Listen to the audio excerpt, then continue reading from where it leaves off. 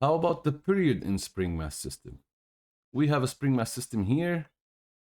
Scientists found out that there is a similarity between a mass being attached to a rope rotating around a center, or a circular motion of a mass around the center, and the spring mass system.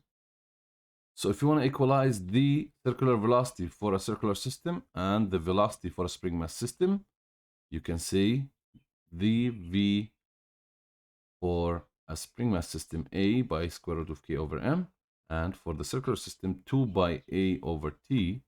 If you equalize this equation and simplify, you'll find out that dt equals 2 by the square root of M over K, and that is the equation you use to find the period for a spring mass system. Example, what is the period of oscillation of a mass spring system that is oscillating with an amplitude of 12.25 centimeters? That's the A. To meters can be converted as 0.1225. Has maximum speed of 5.13 meters per second, and find the spring, and you're given that the spring constant is 5.03. Find T in short story for a spring mass system. What is the period for a spring mass system? We already know that equation. So the period is 2 by square root of mass over K. Now we have K, we have pi, but we don't know what's the mass. How to find the mass? We know it's an isolated system, so EK max equals AP max, mv squared over 2 equals 1 over 2 K by A squared. So you can find the mass here to equal K by A squared over V squared. We have A squared and we have V squared, and we have the K. So the mass would be 2.8 by 10 to the power minus 3 kilograms. Plug it back in here over the K that is given. Then the period would be 0.15 seconds for a spring mass system.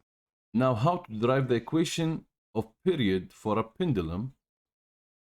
Pendulum is another similar form to a spring mass system, as you already know. So to find the period of a pendulum, you can say if the F return, or the returning force, or the retracting force, whatever you call it, for pendulum we already found as F gravitation by sine theta, but we know here sine theta would be X over L, and the F return would be Fg instead of sine theta X over L. And we know that the F return equals, in a spring mass system, minus Kx. But in this case, we are trying to find period, so we ignore the minus sign. It doesn't matter. So we can represent that as Kx equals the Fg X over L. You are trying to equalize the returning force for a spring mass system with the returning force for a pendulum in an effort to find the period. So the F gravitation we know equals mg. So Kx would be mg by X over L. X by X will be gone. K would equal mg over L. And we know that the period for a spring mass system equals 2 by square root of M over K. If you replace the K with what you found over here from equalizing the returning force, that would give you 2 by square root of M over mg over L. That would give you the period for a pendulum, 2 pi square root of L over G. Now, you can use the pendulum to find the gravitational field strength on any point on Earth. You can take a pendulum with you and go everywhere on Earth and use this equation to find the gravitational field strength at that location.